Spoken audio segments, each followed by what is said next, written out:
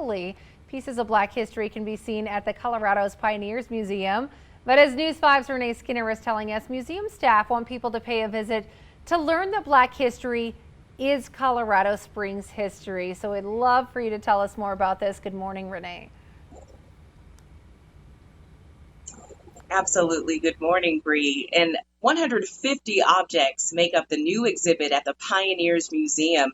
And among these objects are displays that feature the stories of prominent African Americans who helped shape this community. For instance, one of my favorites is Lulu Stroud Pollard. She was born and raised in Colorado Springs, but she moved away to start her career, came back in the late 70s, and wanted to know where Black history was being kept and preserved in the Springs. Well, when she realized not enough was being done, she helped start the Negro Association of Colorado Springs, a group that began collecting photographs and memorabilia. When you come into this gallery, you can read her oral history and also hear her voice through a technology application.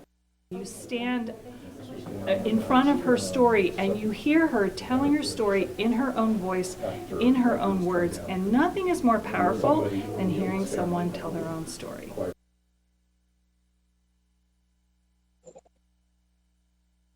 Now, museum staff tell me Pollard donated the objects she and others collected over the years to Pioneers Museum, and those objects can also be viewed as well. If you'd like to visit the Pioneers Museum, you've got to make a reservation before you go. And you can do that by logging on to our website, KOAA.com. Always watching out for you, Southern Colorado. Renee Skinner, News 5.